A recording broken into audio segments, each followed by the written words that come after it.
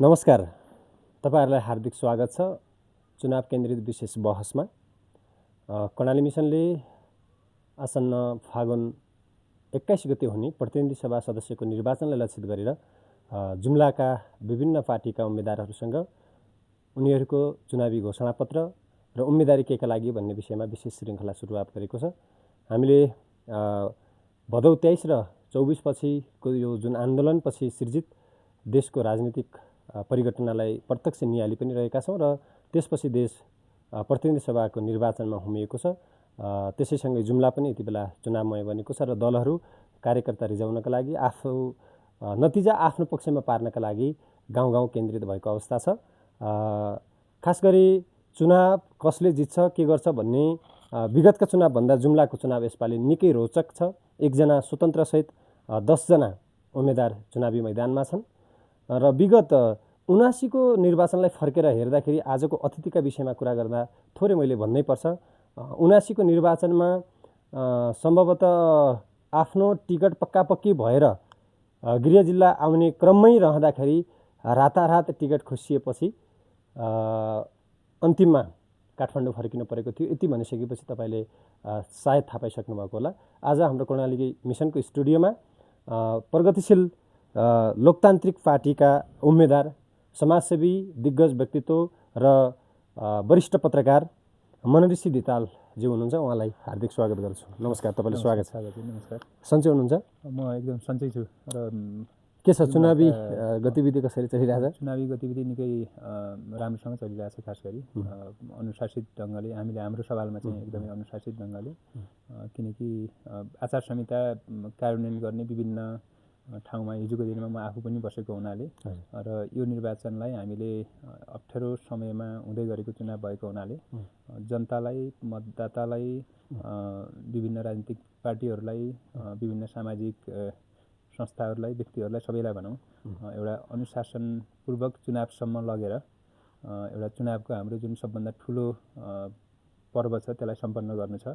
र त्यो सम्पन्न गर्नको लागि हामी एउटा खालको जनजागरणमा लागिरहेका छौँ अहिले। अब हाम्रो कार्यक्रमको नामै तपाईको उम्मेदवारी किन भन्ने भावनाले तपाईको खास गरी 79 को चुनावमा त बीचबाटै फर्किनु पर्ने स्थिति आयो हैन। अब यसपालिको पनि यो परिघटनाहरू लामो छ, धेरै लामोतिर नजाउँ। तपाईहरु माओवादी केन्द्र त्यागेर यति बेला पार्टी विभाजित भएर प्रगतिशील लोकतान्त्रिकमा आउनु भएको छ। त्यो प्रगतिशील लोकतान्त्रिक पार्टीको प्रतिनिधित्व गरेर खास तपाईको उम्मेदवारी किन र केका लागि? एक दुईटा कुराहरूको भाष्य चाहिँ अलिकति चेन्ज गर्नुपर्ने पनि जस्तो लाग्छ मलाई। सागरले आफ्नो हिसाबले, आफ्नो बुझाइले अथवा बाहिर बनेको बुझाइले जे भन्नुभयो त्यो सही नै होला। तर मेरो हिसाबले भन्दाखेरि दुई तीनटा कुरा सँगै भनौँ जस्तो लाग्छ। एउटा कुरा त्यो 79 को चुनावमा मेरो टिकट खोसिएको भन्दा पनि त्यसलाई यसरी बुझ्दा सजिलो होला जस्तो लाग्छ। केन्द्रबाट चाहिँ मलाई पठाइएको कुरा सत्य हो। जुम्लामा फरक खालको परिस्थिति तयार भयो। तपाईँ जाँदाखेरि जुम्लाको पहल कतै नै आउँछ हाम्रो पार्टीको लागि भनेर तत्कालीन पार्टी केन्द्रले मलाई पठाएकै हो। तर प्रदेश पार्टीको आत्मविश्वास अलिक कम भएको कारणले गर्दा प्रदेश पार्टीले सही तरिकाले त्यो बेला डिसिजन गर्न सकेन र प्रदेश पार्टीले चाहिँ आफ्नो आत्मविश्वास बढ्नको लागि अर्को साथीको उम्मेदवारी हुँदाखेरि ठिक छ भन्ने एउटा खालको आकलन भयो र मैले त्यसलाई स्वीकार गरेँ। किनकि म पनि फेरि प्रदेश पार्टी अथवा यो फिल्डमा भएको पार्टीको विरुद्धमा हुने कुरो हुँदैन थियो। एउटा इमान्दार त्यो बेला केन्द्रबाट दिएको टिकट प्रदेशले खोस्यो भन्दा त मिल्यो त। फेरि प्रदेशले परिवर्तन गर्यो भन्नु जस्तो लाग्छ। खोस्यो नै भन्न पनि पायो। त्यो सञ्चारकर्मी साथीहरूले अथवा जनताको बुझाइ जे छ त्यसमा मेरो खास केही प्रतिक्रिया छैन। तर मेरो आफ्नो बुझाइ के छ भने व्यक्तिको नाम परिवर्तन परिस्थिति अनुसार हुने पनि गर्छ। किनकि अब मुख्यतया फिल्डको पार्टी र फिल्डको जनता कार्यकर्ताको मनोबल बढाउनको लागि निर्वाचनबाट सही रिजल्ट निकाल्नको लागि कहिलेकाहीँ परिवर्तन गर्नुपर्ने हुनसक्छ। तर परिणाम के भयो भने जनताको अर्कै सल्लाह रहेछ, हाम्रो पार्टीले सही सल्लाह गर्न सकेन। त्यो चाहिँ फेरि हो भने पार्टीले परिवर्तन गर्यो। अनि तपाईको उम्मेदवारी अहिलेको उम्मेदवारी चाहिँ किन? अहिलेको उम्मेदवारी भन्दा अझ अगाडि के अरे माओवादी केन्द्र त्यागेर भन्ने शब्द प्रयोग गर्नुभयो, त्यो हामीले त्यागेका चाहिँ होइनौँ। त्यसलाई पनि अलिकति छोटोमै म भन्छु, धेरै लामो पनि गर्दैन। कमरेड प्रचण्डका व्यक्तिगत समस्या हल गर्नको लागि उहाँले जुन अरू पार्टीसँग, अरू व्यक्तिहरूसँग जुन खालको सहकार्य गरेर नयाँ खालको पार्टी उहाँ आफूले निर्माण गर्नुभयो, र हामीले चाहिँ सकेसम्म माओवादी केन्द्रलाई पुनर्सङ्गठित गर्ने कोसिस चाहिँ गरेकै हौँ। किनकि तर त्यो सफल हुनु भएन, त्यो सत्य कुरा हो कि हामीले सफल भएनौँ। किनकि त्यो पार्टीको दुई पटक विशेष महाधिवेशनको छलफल हाम्रो भयो। यदि पार्टीभित्र विशेष महाधिवेशन भएको भए अहिले नेपाली काङ्ग्रेस जस्तै एउटा ताजगीपूर्ण पार्टी बनिसकेको हुन्थ्यो र त्यो गर्ने इच्छा तत्कालीन हाम्रो प्रचण्डले चाहेनन्। अध्यक्ष प्रचण्डको त्यो चाहना नभएको हुनाले उहाँ माधव नेपालको पार्टीमा जानुभयो, उहाँहरू मिलेर अर्कै पार्टी बनाउनु भयो र हामी फेरि सबैतिरका साथीहरू, खास गरी हिजोको माओवादी आन्दोलनका पृष्ठभूमि भएका पात्रहरू, त्यसपछि नयाँ शक्ति निर्माण गर्नुभएको थियो डाक्टर बाबुराम भट्टराई, त्यसपछि यो हाम्रो राष्ट्रिय स्वतन्त्र पार्टीमा क्रियाशील हुनुहुन्थ्यो हाम्रो सन्तोष परियार लगायत प्रगतिशील, त्यसपछि वाम, डेमोक्रेट र राष्ट्रवादी सबै साथीहरू मिलेर हामीले र जुन युवाहरूको जुन आन्दोलन भयो, जेनजी आन्दोलन जुन भयो, त्यो आन्दोलनबाट देशमा जुन नयाँ परिस्थिति सिर्जना भयो र त्यो नयाँ परिस्थितिलाई ह्यान्डल गर्नको लागि नयाँ खालको राजनीतिक पार्टी चाहिन्छ भनेर हामीले एकदमै राम्रो खालको नयाँ राजनीतिक पार्टी निर्माण गरेर क्रियाशील भएका छौँ। हामीले कुनै पार्टी त्यागेका होइनौँ, हामीले नयाँ पार्टी निर्माण गरेका छौँ। हिसाबले माओवादी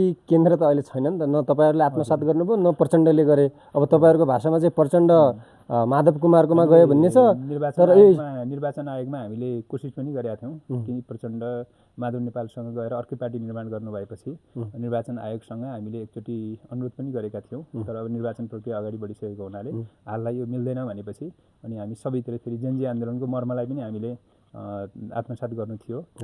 त्यो हिसाबले हामीले नयाँ पार्टी निर्माण गर्छौँ। हुन्छ, अब यो फेरि उम्मेदवारी किन भन्ने कुराहरू आएन? विशेष गरी हजुर तपाईँको उम्मेदवारी किन र के लागि संक्षिप्त रूपमा किन भन्ने कुराको लागि म पनि लिस्टमै रहेर कुरा गर्ने सजिलो पनि होला। मैले सामान्य एउटा तयारी पनि गरेको छु। मेरो उम्मेदवारी किन सबै साथीहरूको सोधाइ, जनताको पनि सोधाइ भएको हुनाले फेरि अहिले एजेन्डा धेरैले सोधिराखेका छन् र अनि हाम्रो कङ्क्रिट एजेन्डा हाम्रो केन्द्रको पनि आउँदैछ र हाम्रो जिल्लाको पनि हामी निर्माण गर्छौँ। तर एउटा सामान्यतया हाम्रो तयार भएको छ, एउटा फ्रेम भनौँ, एउटा आर्किटेक्ट तयार भएको छ। त्यसमा चाहिँ मेरो आफ्नो उम्मेदवारीको मेन कारण चाहिँ केन्द्रीय रूपमा जुन हाम्रो राष्ट्रिय स्वाधीनता, जुन स्वाभिमान जुन अलिकति अप्ठ्यारोमा छ र त्यो अप्ठ्यारोलाई सजिलो बनाउनको लागि हामी देशव्यापी रूपमा गएर निर्वाचित भएर आएर त्यो कुरालाई हामीले सामना गर्न सक्छौँ भन्ने छ र समावेशी बलियो राष्ट्र निर्माण गर्ने। खास गरी पहिलो मेरो मुद्दा चाहिँ स्वाधीन, स्वाभिमानी, समुन्नत र समावेशी बलियो राष्ट्र निर्माण गर्न हाम्रो उम्मेदवारी हो, पहिलो कुरा। दोस्रो कुरा, यसको फेरि व्याख्या धेरै लामो हुन जान्छ, म छोटकरीमा नै भनौँ। दोस्रो चाहिँ अब मैले देखेँ कि यो पछिल्लो 72-82 बिचमा यस्तो खालको राजनीति बिग्रियो कि त्यहाँ चाहिँ यो आस्थाको होइन कि दास्ताको राजनीति हुन थाल्यो। त्यसले आस्थाको होइन कि दास्ताको होइन, आस्थाको राजनीति गर्नको लागि र स्वार्थको होइन कि सेवाको राजनीति स्थापित गर्नको लागि मेरो उम्मेदवारी हो। यसको पनि व्याख्या निकै लामो पर्ने गर्छ। यहीसँगै हरेकसँग तपाईँको प्रश्न तयार हुन पनि सक्छ।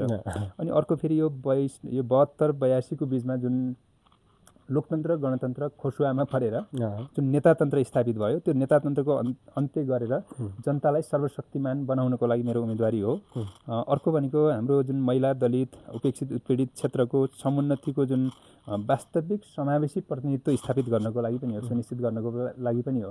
किनकि संविधानमा त छ त्यो कुरा, संविधानमा भएको कुरा वास्तविक रूपमा स्थापित चाहिँ भएको छैन। किनकि महिला उम्मेदवारी वा महिला प्रतिनिधित्वको नाममा, समावेशी रूपमा महिला प्रतिनिधित्व गर्ने नाममा अर्कै खालको भइरहेको छ। किनकि नेताका नातेदारहरू त्यहाँ पुग्ने, त्यस्तो खालकोदेखि लिएर कोही चाहिँ लब्ध प्रतिष्ठित भनिएका मान्छेहरू, धन पैसा बढी हुने मान्छेहरू पुगिरहेको जुन स्थिति रह्यो, त्यो कुराको अन्त्य गर्दै वास्तविक जुन समावेशी प्रतिनिधित्व सुनिश्चित गर्ने पनि मेरो एउटा यो उम्मेदवारी हो। त्यो बाटोमा अगाडि हिँड्नको लागि। र अर्को भनेको हाम्रो जुन नवयुवाहरूको जुन आन्दोलन भएको थियो, जेनजी आन्दोलन र त्यसका जुन माग र एजेन्डाहरूलाई संवैधानिक रूपमा स्थापित गर्नको लागि, कानुनी रूपमा स्थापित गर्नको लागि पनि हाम्रो पार्टीले केन्द्रसम्म अथवा सङ्घीय संसदसम्म जानुपर्ने भएको हुनाले त्यस्तो खालको जुझारु, जेनजी जस्तै जुझारु एउटा खालको जनसेवक नेतृत्व निर्माण गर्ने हाम्रो देशव्यापी अभियान छ र त्यो अभियानलाई सहयोग गर्नको लागि पनि यो मेरो उम्मेदवारी हो।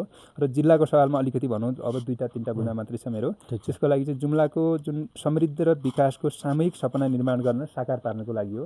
किनकि यहाँ प्रायः साथीहरूको व्यक्तिगत सपनाहरू देखिन्छन्। जस्तो यो भित्रै थोरै मैले तपाईँले रोकेँ, जस्तो जुम्लाको समृद्धिका कुराहरू छन्। अब जुम्ला भन्दा बित्तिकै अगाडि भनेका कुराहरू समग्र देशको लागि प्रगतिशील लोकतान्त्रिक पार्टीको आगामी भिजन भयो। अब जुम्लालाई टार्गेट गरेर जस्तो जुम्लाको समृद्धिभित्र शिक्षा, स्वास्थ्य, कृषि, पर्यटन, रोजगारीका कुरा होला नि, यसको स्पेसिफिक केही बुदाहरू हामी यो गर्नेछौँ भन्ने कुरा स्पेसिफिक कुराको लागि मैले पूर्ण रूपमा खाका निर्माण गर्न बाँकी नै छ, किनकि म आफू एक्लै केही बोल्न चाहँदैन, किनकि मैले भने कि म मेरो निजी सपना पुरा गर्नको लागि यहाँ आएको होइन। र जुम्ला भन्दाखेरि हामीले जुम्ला मात्रै भनेर हुँदैन, समग्र कर्णालीकै लागि हामीले केही सोच्नुपर्ने हुन्छ, किनकि जुम्ला यति सुन्दर छ र यति हामीलाई लागि एउटा वरदान छ कि यो हाम्रा आसपासका जिल्लाहरूसँग जोडिने कुरा पनि छँदैछ। उत्तरको हाम्रो चीनसँगको सजिलो अब नाकाहरू पनि खुल्ने अवस्था पनि छ, दक्षिणसम्मका हाम्रो उत्तर दक्षिण बाटाका कुराहरू पनि छन्। त्यसरी यी सबै हेर्दाखेरि जुम्लाको हाम्रो सामूहिक सपना पुरा गर्ने विकासको खाका चाहिँ एउटा हामीले निर्माण गर्नु छ। मसँग एउटा खालको खाका चाहिँ छ। त्यसको लागि पहिलो काम त हामीले शिक्षामै गर्नुपर्ने देखिन्छ। शिक्षा अन्तर्गत चाहिँ जुन सार्वजनिक र निजी शिक्षा जुन हाम्रो अस्तित्वमा छ, सार्वजनिक शिक्षा अथवा सरकारी शिक्षामा राम्रो खालको लगानी त छ सरकारको तर्फबाट, तर त्यसलाई राम्रोसँग कार्यान्वयन भइरहेको देखिँदैन। काहीँ चाहिँ एउटा नमुना शिक्षकहरूले उदाहरणीय काम त गरिरहनु भएको छ, र सँगसँगै निजी शिक्षाको कुरा पनि छ। निजी शिक्षामा काम गर्ने शिक्षकहरूको तलब भत्ता आदि कुराहरू छन् होइन, ती कम छ, सरकारीतिर बढी छ। तर संविधानले त शिक्षा बराबर अधिकार भनेको छ नि हामीलाई। त्यो भएको यो कुरामा एउटा गहिरो खालको हामीले अध्ययन अनुसन्धान गरेर यहाँको शिक्षा, किनकि यहाँको शिक्षालाई हामीले गतिलो नगरेसम्म हाम्रो राष्ट्रिय कुनै लक्ष्य पुरा गर्न सक्दैनौँ। त्यसैले शिक्षा भनेको फेरि हामीले आइए बिए एमए अथवा चाहिँ यो जुन एकाडेमिक एजुकेसनको कुरा मात्रै मैले गरिरहेको छैन। प्राविधिक शिक्षा, हाम्रो नेपालकै पहिलो प्राविधिक शिक्षालय हामीसँग यहाँ छ। अर्को चाहिँ कर्णाली स्वास्थ्य विज्ञान प्रतिष्ठान यहाँ छ, एक खालको विश्वविद्यालय स्तरको।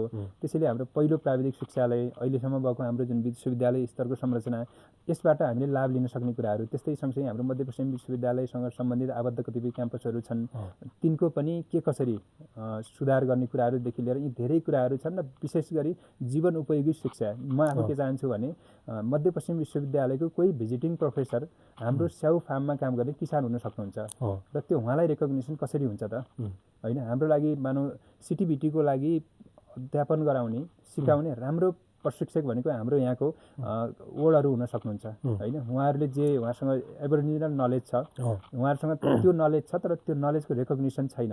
र त्यो रेकग्निसन दिनको लागि कसरी गर्न सकिन्छ त, यस्ता कुराहरू शिक्षामा चाहिँ गहिरो ढङ्गले मलाई अध्ययन गर्न र त्यो खालको प्लान बनाउन इच्छा छ।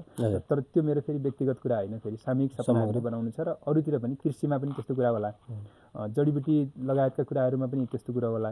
र अनि फेरि हाम्रो जस्तै धान खेतीको कुरा छ, स्याउ खेतीको कुरा छ, यी सबैसँग सम्बन्धित रहेर हाम्रो यहाँको खास महत्त्वको जुन चिजहरू जे छ र त्यसलाई केन्द्रमा राखेर हामीले चाहिँ एउटा त्यस्तो कङ्क्रिट योजना बनाउँछौँ। त्यो योजना उहाँहरूसँगै बसेर बनाउँछौँ, र यो चाहिँ सांसदले गर्ने कुरा होइन। र अनि यी सबै काम गर्नको लागि लोकतन्त्रको सबभन्दा जरासम्म पुगेको जुन हाम्रो युनिट छ, खास गरी ओडाहरू, ती ओडाहरूलाई समृद्ध गर्दै ओडा अध्यक्षलाई सक्षम बनाउनु छ हामीले। किनकि ओडा अध्यक्ष कस्तो निर्वाचित गर्ने त्यो जनताले गर्नुहुन्छ, र उहाँलाई सफल पार्ने कुरामा चाहिँ त्यहाँ चाहिँ मेरो सहयोगी भूमिका हुन्छ। यसमा मैले रोकेँ। अब भर्खर तपाईँहरू अब फिल्डमा हुनुहुन्छ, यो हिसाबले यहाँ चाहिँ एकदम पहिल्यैदेखि जरा गाडेर बसेका पार्टीहरू हामी हौँ भनेर चाहिँ अगाडि बढिरहेको अवस्थामा यी मुद्दालाई स्थापित गर्नलाई त चुनाव जित्नु पर्यो। त्यसको आधार के छ, के पाउनु भएको छ गाउँघरमा जाँदाखेरि? कि जुम्लाले कहिल्यै पनि कुनै दास्तालाई स्वीकार्दैन होइन। 64 देखि यताको चुनावले पनि मात्रै होइन, हाम्रो इतिहास अलि पहिलाको इतिहास खोतलेर हेर्ने हो भने पनि धेरैचोटि काठमाडौँलाई हमला गरेको छ जुम्लाले होइन। त्यो भए हुनाले दास्ताभित्र रहन रुचाउँदैन खास गरी, तर भ्रममा कहिलेकाहीँ परिदिन्छ जुम्ला, त्यो चाहिँ पक्का हो होइन। केही पार्टीहरूले जबरजस्त ढङ्गले उहाँहरूको सत्य हो कि सङ्गठनको एउटा बलियो आधार देखिन्छ, तर त्यो सङ्गठनको बलियो आधारलाई तोड्ने खालको क्षमताका कार्यकर्ता साथीहरू पनि हुनुहुन्छ। मसँगै कति साथीहरू संवादमा हुनुहुन्छ, आइरहनु भएको पनि छ। र मैले उहाँहरूलाई बरु भन्ने गरेको छु कि तपाईँहरूले जुन पार्टीको शपथ खानुभएको छ त्यो पार्टीप्रति इमान्दार रहनुहोस्, मैले भनिरहेको छु बरु, किन मेरो आफ्नो एथिक्स त्यसो जोडिराख्नु भएको छ, आन्तरिक रूपमा जोडिरहनु भएको छ उहाँहरू। र उहाँहरूले होइन, यसपटक हाम्रो आफ्नो पार्टीको लागि गर्नुपर्ने रेस्पेक्ट आफ्नो ठाउँमा छँदैछ। हामीले पार्टीलाई हाम्रो प्रतिबद्धता बाहिर जानुपर्ने केही कारण छैन। त्यहाँ 110वटा समानुपातिक सिटहरू रेडी नै छन्। तर प्रत्यक्ष रूपमा आउँदाखेरि त हामीले अलिकति व्यक्ति पनि हेर्छौँ। त्यो व्यक्तिमध्ये तुलनात्मक रूपमा कम बेइमान को हो होइन, तुलनात्मक रूपमा बढी इमान्दार को हो, त्यस्ता पात्र त हामी छान्दैछौँ भनिरहनु भएको छ। त्यस्तो भन्नुहुन्छ तपाईँ चाहिँ दिनभरि डुल्नुहुन्छ होला होइन गाउँमा, मतदाताले दिन्छौँ चाहिँ सबैलाई भनिराखेका छन्। राति सुत्दाखेरि त एकदम गलत र सही त मूल्याङ्कन हुन्छ नि, के हुन्छ अब आगामी चुनावमा परिणाम के आउला भनेर के लाग्छ खास त्यो कुराहरू? चाहिँ के लाग्छ भने म आनन्दले एक त यात्राले पनि मलाई निन्द्रा लाग्छ होला, अर्को चाहिँ म कुनै भनौँ जितिनँ भने के हुन्छ भन्नेमा मेरो संसार डुब्छ भन्ने मलाई लागेको छैन। किनकि म सांसद मन्त्री कुनै त्यो पोजिसनमा रहने छुट्टै खालको सपना बोक्ने मान्छे होइन। त्यो एउटा जिम्मेवारीको कुरा हो। केही समय जनताले दिए भने, अब अहिले मेरो पार्टीले मात्रै दिएको छ, जनताले जिम्मेवारी दिए भने पनि म त्यही रूपमै त्यही हिसाबले आधिकारिक रूपमा काम गर्छु होला। होइन भने पनि 165 जना साथीहरू जितेर जाँदै हुनुहुन्छ नि त। 165 जना मध्ये त एकजना त मेरो जुम्लाकै साथी हुनुहुन्छ कोही जित्ने होइन, उहाँ मार्फत पनि मेरो कुरा पुग्न सक्ला। उहाँ मार्फत पुगेन अरे केही कारणले भने पनि अरू बाँकी 164 जना मेरो साथीहरू मार्फत पनि त त्यो संसदमा मेरो आवाज पुर्याउन सक्छु। त्यसकारण म आनन्दले निन्दा मलाई लाग्छ। एउटा कुरा भयो, मेरो आफ्नो जित भएन भने म एक नम्बर पुगेन भने नजित्ने त हो, एउटा मत नपुगेर नजित्ने कुरा हो। त्यो नजित्ने कुरालाई चाहिँ मैले त्यति टेन्सन किन लिइरहेको छैन भने मेरो आफ्नो चाहिँ अब आगामी 30-35 वर्षको मैले यात्रा तय गरेको छु। 30-35 वर्षको यात्रा तय भनेको म सांसद भए पनि नभए पनि, किनकि अब सांसद मन्त्रीको कुरा गर्ने हो भने पनि केही साथीहरूलाई त्यो मन्त्रीकै कुर्सीमा बसिरहनु भएको छ होला र उहाँलाई निन्दा लाग्दैन होला। अहिले यहाँबाट जितेर गएपछि अब यसपछि मन्त्री बन्ने, यहाँ त थियो त 79 को चुनावमा पनि म मन्त्री हुन्छु भन्ने थियो, अहिले पनि छ। शासन गर्ने सपना साथीहरूको होला। अनि के तपाईँ गएर शासन गर्ने होइन त, नीति र नीतित्व बदल्नलाई त शासन यस्तो छ, गर्नै पर्ने हुन्छ। फेरि भोलि भाष्य नै निर्माण गर्न चाहन्छौँ होइन। भाष्य के निर्माण गर्न चाहन्छौँ भने म त सेवक हुन जाने हो होइन। अहिले मानव जुम्ली जनताले केही भोट त दिन्छन् होला नि त, जति भोट दिन्छन् त्यो हरेक भोटको पनि म सम्मान गर्ने गरी म सेवकै बन्ने हो। अब मन्त्री त जनताले कहिलेकाहीँ सडकबाट पनि बनाउँदो रहेछ नि त। हाम्रै जुम्ला जिल्लाकै उदाहरण छ नि त होइन। नव युवाहरूको आन्दोलनलाई होइन एक किसिमले समर्थन गर्ने भनौँ, एक किसिमले त्यसलाई सम्मान गर्ने पात्रलाई होइन। त्यसपछि जनताले जिताउने समय कुर्न परेन नि त मन्त्री बनाउनुको लागि होइन। जनताले जिताउने आगामी फागुन 21 गतिको समय कुर्न त परेन।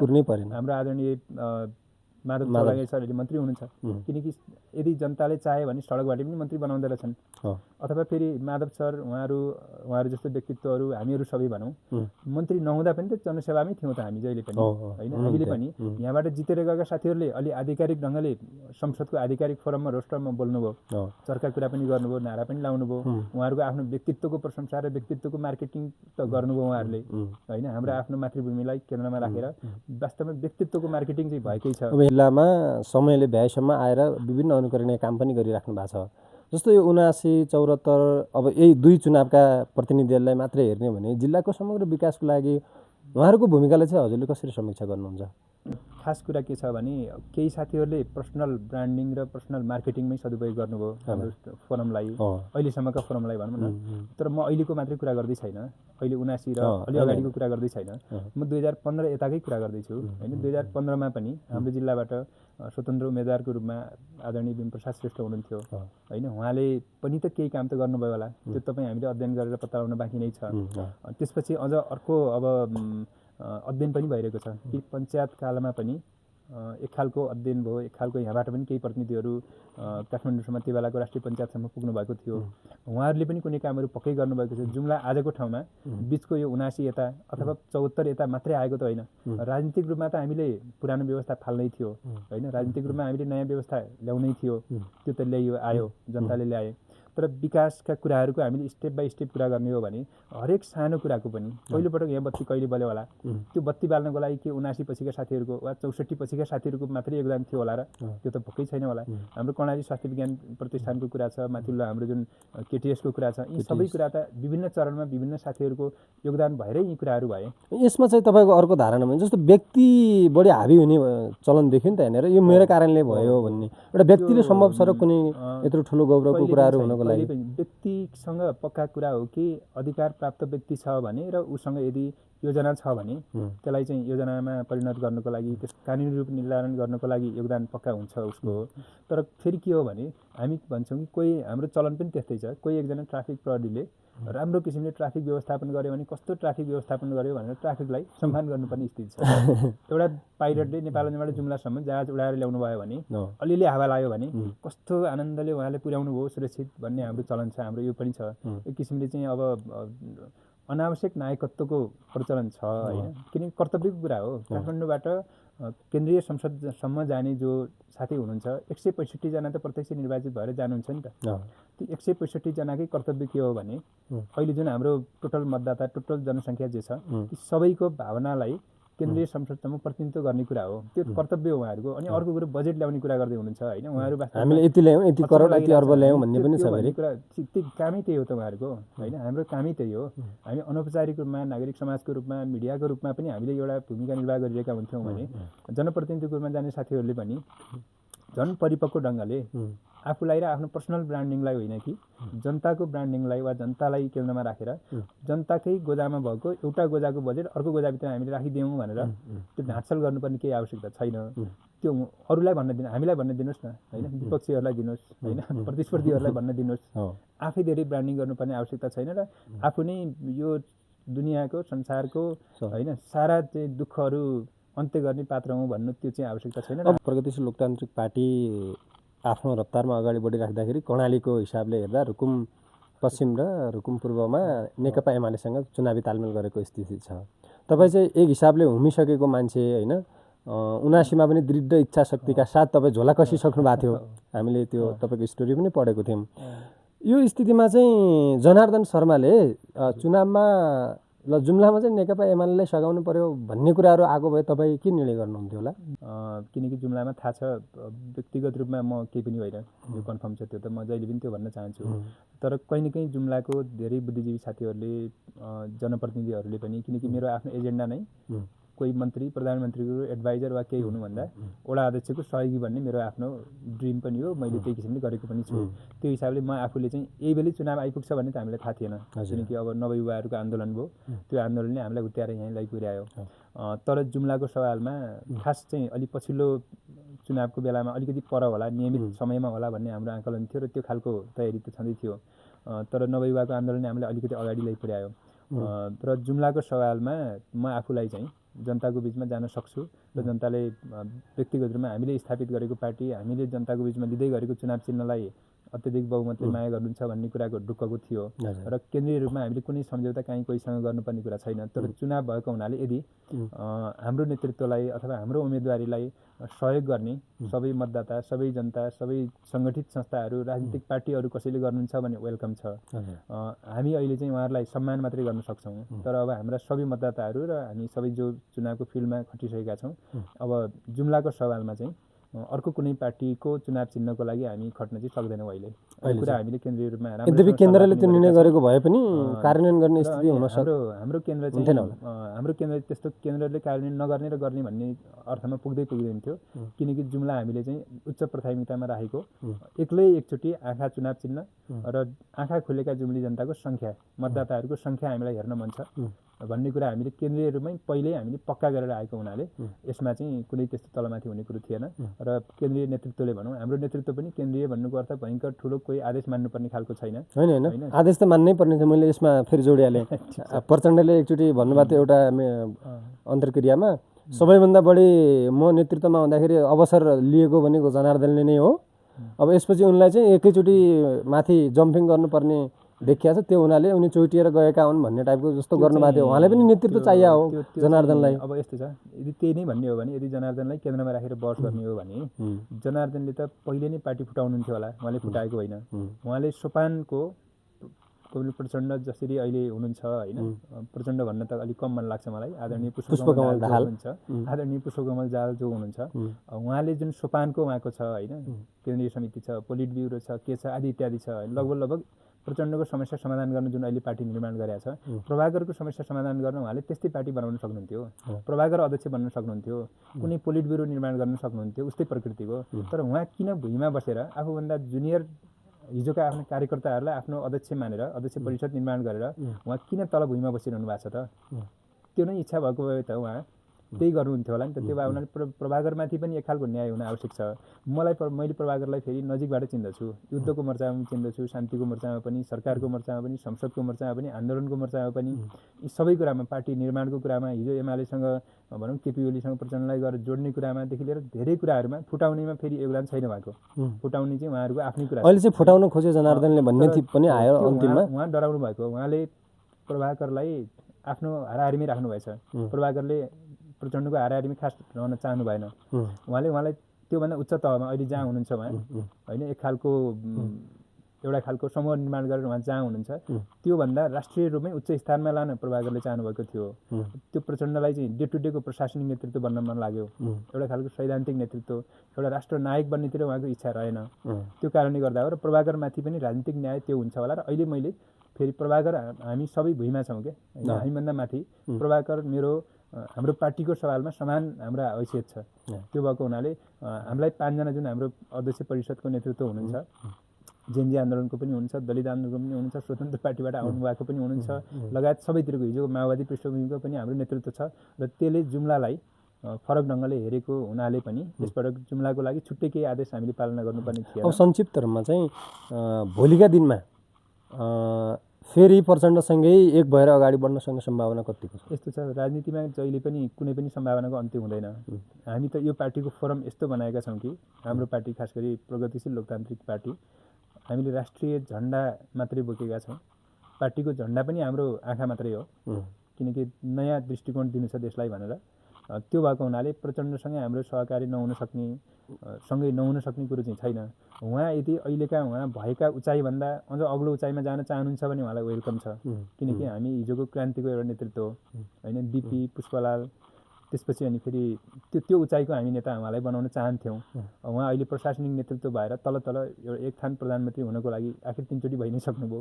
त्यो हुनको लागि किन यो यस्तो खालकोमा लाग्नुपर्ने थियो, त्यो आवश्यक थिएन जस्तो लाग्छ। त्यसैले उहाँको लागि पनि उपयुक्त सम्मानित फोरम हामीले प्रगतिशील लोकतान्त्रिक पार्टी बनाएका छौँ, किन राष्ट्रकै नेतृत्व गर्न सक्ने ठाउँ छ। त्यो भएको हुनाले उहाँलाई चाहिँ डे टु डेको प्रशासनिक नेतृत्व होइन कि उहाँ यदि सैद्धान्तिक नेतृत्व गर्न सक्ने, उहाँभित्र त्यो यदि इच्छा रहेछ भने, त्यो खालको उहाँको चाहिँ दार्शनिक व्यक्तित्व यदि रहेछ भने, अनि हिजोको एउटा युद्ध परिचालन गर्ने सम्मको योगदानलाई हामी सम्मान नै गर्छौँ।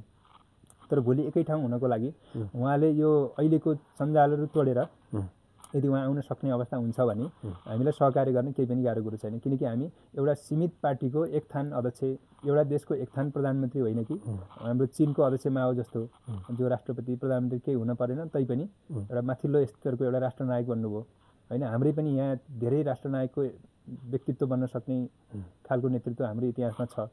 त्यो खालको हुन चाहने यदि उहाँसँग भयो भने त हामी त वेलकम गर्छौँ, अथवा हामी पनि उहाँसँग जान केही पनि गाह्रो कुरो छैन। राजनीति जहिले पनि त्यो सीमारेखाहरू बन्द हुने ठाउँ होइन, जहिले पनि ओपन हुन्छ।